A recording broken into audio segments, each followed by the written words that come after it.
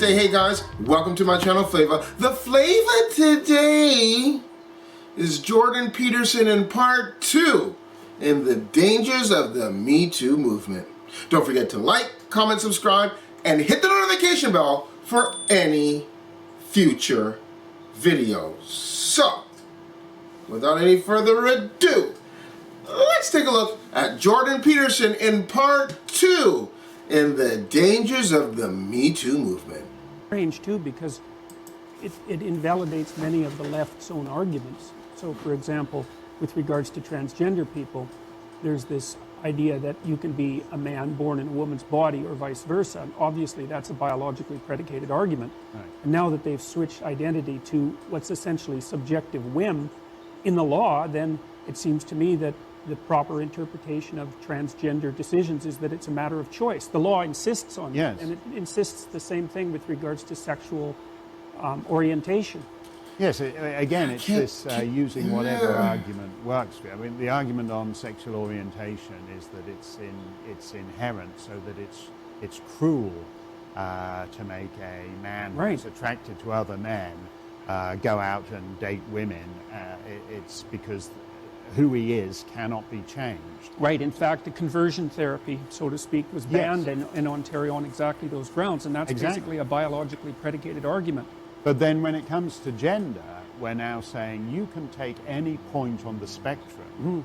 Or off the spectrum. Yes, because that's actually written into the policies. Right. You can be anywhere on the spectrum or nowhere between men and women. And that was one part of it that I particularly objected to, because I really don't understand what it means to be off the spectrum. I don't believe that it's a spectrum to begin with, and you have to use technical language when you're writing legislation. It's not a spectrum, it's a modified bimodal distribution, right? So there are feminine men, obviously, and masculine women, but they're a small proportion of the population. The bulk of the population stacks up at the standard gender poles, and to be nowhere on the distribution, I guess that, I'm not sure exactly what that means. It could be an error in writing, or it could be referring to these people that claim identities that aren't human.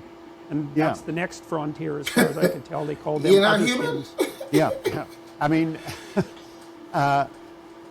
people laugh at this when you explain it. When you talk about other I was just laughing at this. When you say, I'm supposed to use Z and Zer and all this. But nobody who matters in our society is laughing at this, including your employers and your students and the government of Canada.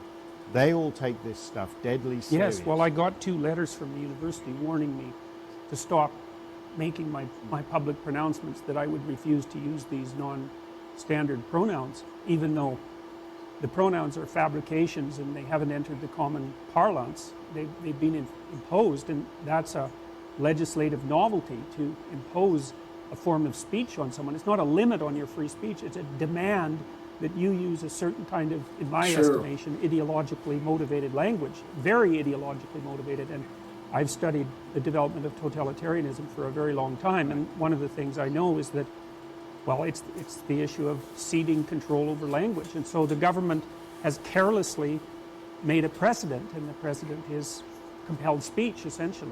Yeah, and yeah, and how are you going to compel speech, right? Because you're limiting free speech in that respect. And so these gender pronouns is superseding free speech and giving you the allowance to limit free speech, right? His university directors gave him a notice to stop pronouncing that you will not use these pronouns. Really? Really? Why? Why? Because you're limiting his free speech, and you don't want him to announce that he's not going to use it. Come on. Let's continue. Absolutely disgraceful. As you said, this word didn't exist until the day. Well, and there's before all yesterday. sorts of words. There's Yeah. not, and there's no agreement on which ones should be used. No, no. And people can also demand to be addressed with one set of words one day and another set another day. That's the Yeah. gender fluid types who claim to be men one day and women the next. Right, right. I think I'm essentially a classic liberal, Right. you know, in the old school sense. I'm an individualist. Gender fluid. Yeah. And your basic position is, if someone wants to decide they're an otherkin, that's fine for them. But there's absolutely no reason why 34 million other Canadians should be compelled by law to accept. To Yes, well, that's it. I mean, boom. there's this idea I that agree. using someone's pronoun is a mark of respect. You know, if I call you he, that's a mark of respect.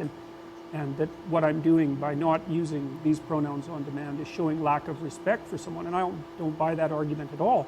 There's nothing more I don't buy generic that at than all. referring to someone by the pronoun, and you basically do it based on a casual assessment of Saying their appearance. name is a matter of No respect. one has the right to impose their interpretation of their own identity on someone else. I mean, even children know that, right? Children have to negotiate a game if they want to play it with other people. Yeah. At least children who've been properly socialized know that. Right.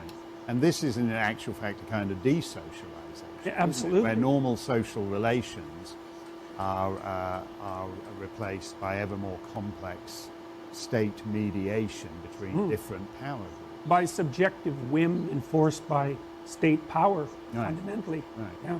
The target of the anti-free speech I movement, can't. That's you've got to back him one day or he's a he, her, but the next day he's a she. 100%. And if you Because call them otherwise the they're he gonna be the coming second day, for you next. it's So on you. That's what they should be doing. It's your fault. It doesn't matter whether the guy seems a bit. And I, in a sense, I blame myself for that, because when these laws first came in, and it was some kind of crank who wanted to quote Leviticus in a column against homosexuals, you thought, well, you know, what's the big deal if they shut him up? And the fact is that you may think he's a crank, and you may think he shouldn't be quoting Leviticus and saying the godless sodomites are going to roast in hell or whatever. But the fact is, if you won't defend that guy, it just moves in all the time, and suddenly there's no space for public discourse at all, as you're now discovering. Yeah. Well, I would say the press in the first couple of weeks, because this has been going on for about 2.5 months now, the press in the first couple of weeks was more ambivalent towards my stance, but they turned hard behind me. Right. And so that was good. Yeah. That's a pattern I recognise too. That's like they don't realise, and even these are people who are in the word press got on business, board. Yeah. Press got on and board. they don't realise. Yeah, well, we take free speech for granted. We actually take our whole civilization for granted. And we don't understand that it rests on certain foundation blocks, and that if you move those blocks, then all hell will break loose. And I think that our civilization is a lot more fragile than people really understand, and that it's also much more imperiled than people understand. I mean, I think we made a huge mistake when Salman Rushdie was put under the fatwa, and also we made a huge mistake when those Danish cartoons were published. And we're also in a situation now where your right to say anything critical about religious beliefs, unless they're Christian, fundamentally, is seriously in jeopardy, and that's so dangerous that it's almost beyond comprehension. That puts us back in the medieval times. We've been cowed, Yeah.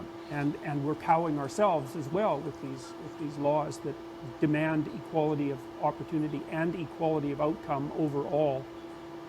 And they were teaching equality of outcome as social good to the HR staff at the University of Toronto with their mandatory anti-racism and anti-bias training. I just can't get on board. It's fluid. That one day, persons will demand to be called he. Then next day, those same persons will be demanding to be called she, and you're compelled to do that by law. And if not, it's under the hate speech. I can't get with that. Listen, I can come a little bit. What do you want to be called by? Okay, but let's be consistent. If that's what you want to be called that this day, tomorrow, the next day. All right, yes. All right, if you want to be called Zai, okay.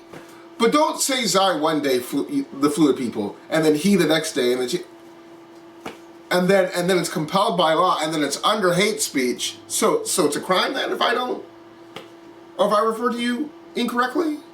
I just can't. I'm on Peterson's side with it. I just can't. Anyway, you let me know what let me know what you think in the comments below. I hope you enjoyed it. Don't forget to like, comment, subscribe, and hit the notification bell for any future videos. Until next time, deuces. Won't you rub your